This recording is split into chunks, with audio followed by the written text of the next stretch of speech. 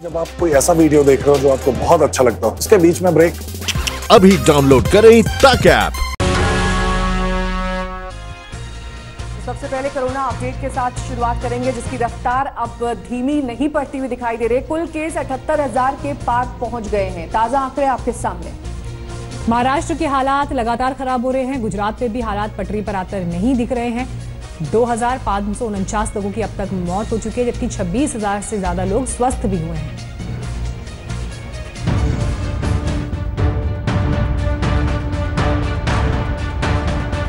अब हमें बचना भी है और आगे बढ़ना भी है। कोरोना से जंग में ये नई रणनीति है। बचना भी है और आगे भी बढ़ना है, लेकिन ये राह आसान नहीं। एक तरफ लॉकडाउन में रियायत है, तो दूसरी तरफ कोरोना तेजी से पांव भी पसार रहा है। ताजा आंकड़ों में चिंता बनी हुई है। देश में कोरोना के केस 78,000 को पार कर गया है। 26,000 से ज्यादा ठीक होकर घर पहुंच चुके हैं, तो मौत का आंकड़ा भी 2,500 से ज्यादा हो गया। महाराष्ट्र और गुजरात में केस लगातार बढ़ रहे हैं। महाराष्ट्र में कोरोना मामलों की संख्या 26,000 को छूने वाली है। गुजरात में कोरोना केस 10,000 की तरफ बढ़ रहे हैं। तमिलनाडु तीसरे नंबर पर है, यहाँ भी आंकड़ा 10,000 पहुँचने वाला है। दिल्ली, राजस्थान, मध्य प्रदेश, उत्तर प्रदेश में भी मामलों का बढ़ना जारी है।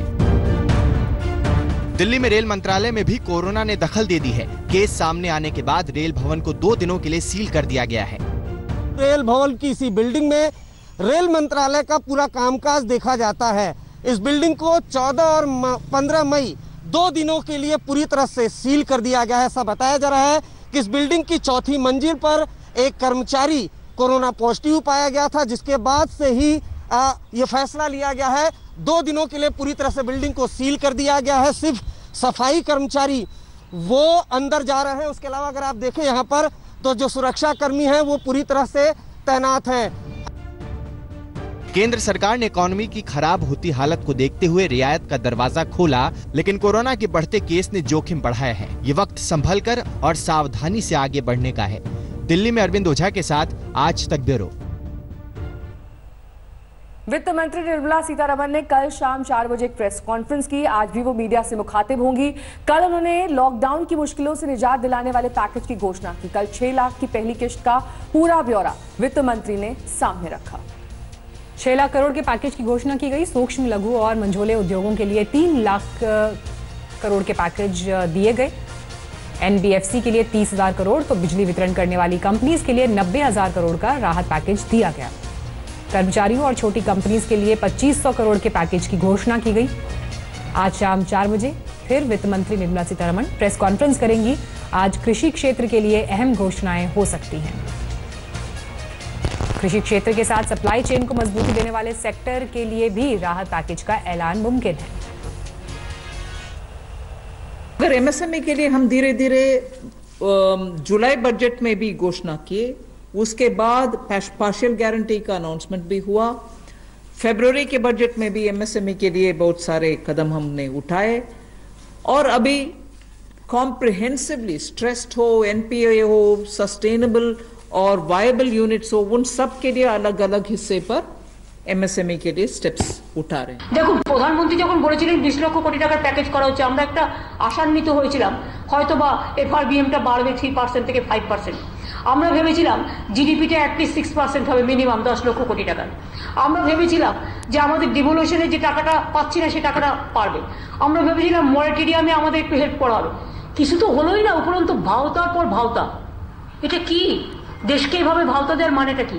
ये भारतीय अर्थव्यवस्था की रीढ़ है। ये जो हमारा सूक्ष्म, लघु, मध्यम उद्योग है, कुटीर उद्योग है, गृह उद्योग है, इन सबका एक बहुत महत्व है। 12 करोड़ से ज़्यादा लोगों को ये रोजगार देते हैं। तो ऐसे कारोबार और व्यापार करने वाले, विशेष तौर पर एमएसएमई सेक्टर जो है, इसके लिए आज एक बहुत बड़ी घोषणा है कि collateral free automatic loan 3 lakh crore रुपए का मध्यम, सूक्ष्म, लघु, कुटीर और गृह उद्योग को मिलेगा।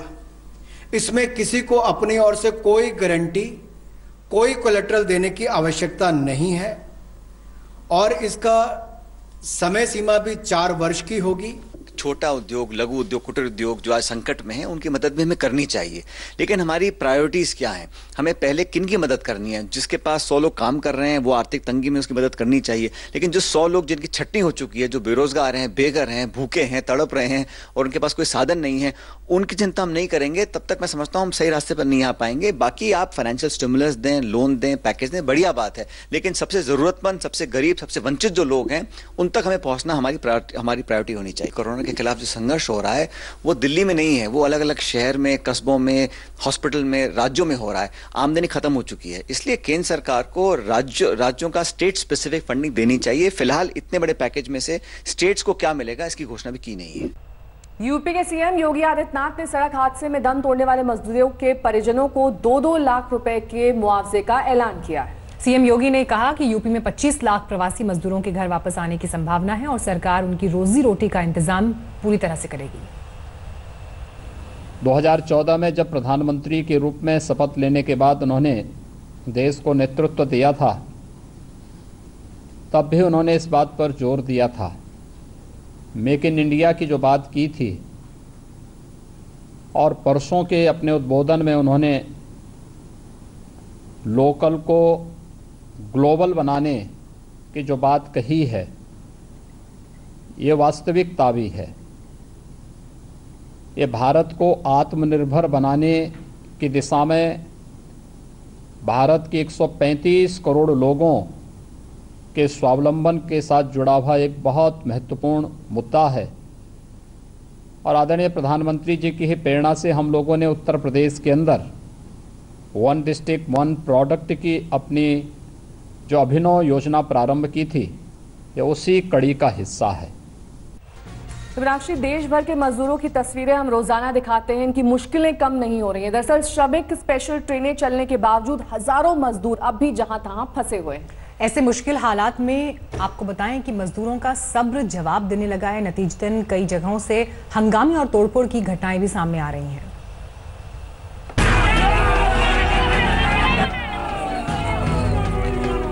लॉकडाउन की मुश्किलों ने इन प्रवासी मजदूरों के सब्र का बांध ऐसा तोड़ा कि अब ये सीधे सड़क पर उतर आए हैं। गुजरात के वलसाड़ में प्रवासी मजदूरों का आक्रोश फूटा।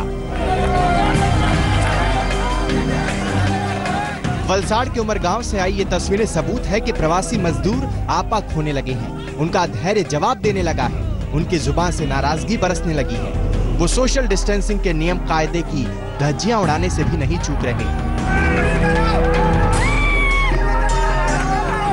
अब मुंबई के नागपाड़ा की तस्वीरें देखिए। यहाँ भी सैकड़ों की तादाद में प्रवासी मजदूर बेलासिस रोड पर जमा हुए। उनके गुस्से ने सीमा तोड़ी तो पुलिस को लाठीचार्ज करना पड़ गया।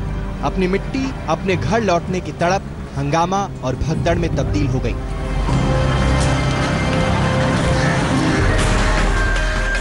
अगली तस्वीर गुजरात के कच्छ की है। घर वापसी पर अड़े प्रवासी मजदूरों ने कांडला गांधीधाम हाईवे को ही ब्लॉक कर दिया।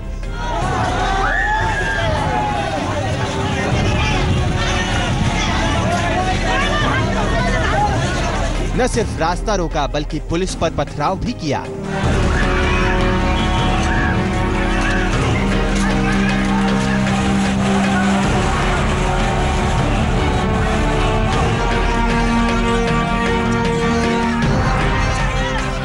जम्मू के कठुआ में भी प्रवासी मजदूर सड़क पर उतर आए। कपड़ा मिल में काम करने वाले मजदूर अब इंतजार करने को तैयार नहीं। हर हाल में ये घर लौट जाना चाहते हैं।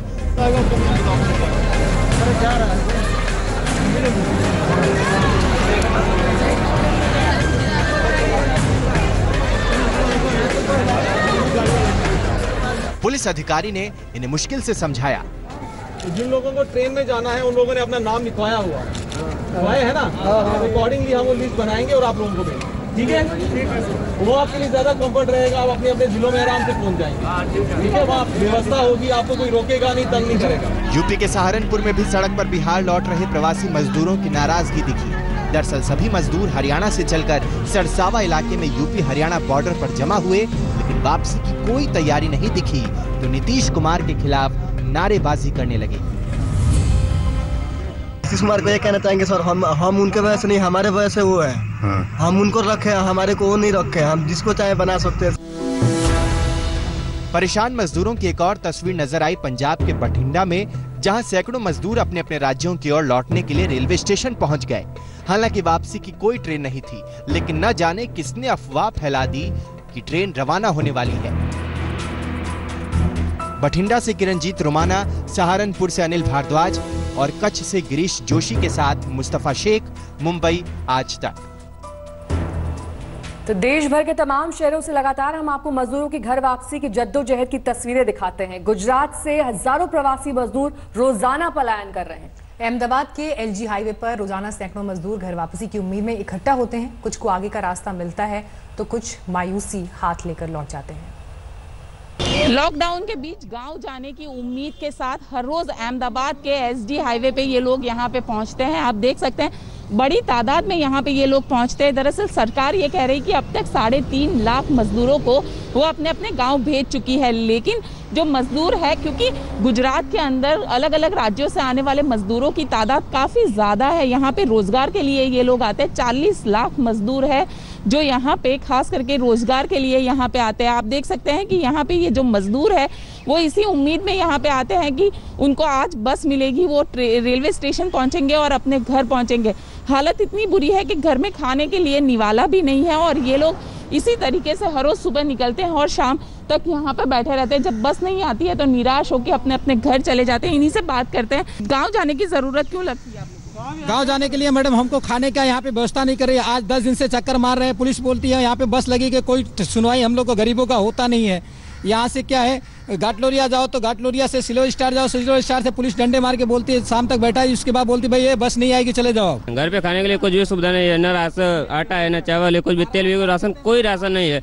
दुकान पे नहीं खुले, हम लोग खाने के लिए एकदम 1-2 दिन तो कैसे सोना पड़ता है। 4-5 दिन से ये लोग कह रहे हैं कि वो भूखे और इसी तरीके से यहाँ पे आते रहते हैं। इसी उम्मीद में आते हैं कि उनको बस मिल जाएगी और बस मिलेगी तो वो अपने अपने गाँव चले जाएंगे और वहाँ पे कम से कम उनको 2 वक्त का खाना जरूर मिलेगा। कैमरामैन उज्जवल ओझा के साथ गोपी गांगर, अहमदाबाद आज तक। दरअसल मीनाक्षी, ये हालात इसलिए बन रहे हैं क्योंकि मजदूरों की जान पर बनाई है। खुद के दम पर घर पहुंचने की कोशिश में हजारों मजदूर मौत के मुंह में समा रहे हैं। और ऐसी तमाम घटनाएं भी हमने आपको दिखाई। भूख, प्यास, कमजोरी की वजह से मजदूरों की मौत हो रही है। वहीं कई मजदूर सड़क हादसों का शिकार भी बन रहे हैं, दम तोड़ रहे हैं। किलोमीटर के सफर पर पैदल निकले इन लोगों को ये तो पता था कि मंजिल मिलना जरूरी नहीं है, लेकिन बीच रास्ते में सफर का ऐसा दर्दनाक अंत होगा ये किसी ने नहीं सोचा था। मध्य प्रदेश के गुना में कल आधी रात को हुए भीषण हादसे में घर पहुंचने की कोशिश कर रहे प्रवासी मजदूर दुनिया से ही दूर हो गए। महाराष्ट्र से कंटेनर में सवार होकर कई मजदूर परिवार उत्तर प्रदेश में अपने घरों के लिए निकले थे। गुना के नजदीक कंटेनर की एक बस से जबरदस्त टक्कर हो गई। हादसे में 8 मजदूरों की मौके पर ही मौत हो गई, जबकि 55 मजदूर गंभीर रूप से जख्मी हैं। आवाज आराम से आवाज हुई और हम लोग को सब कुछ मतलब 10 मिनट तक हम लोग को समझ में नहीं आया, हम लोग को दिमाग काम नहीं कर रहा था।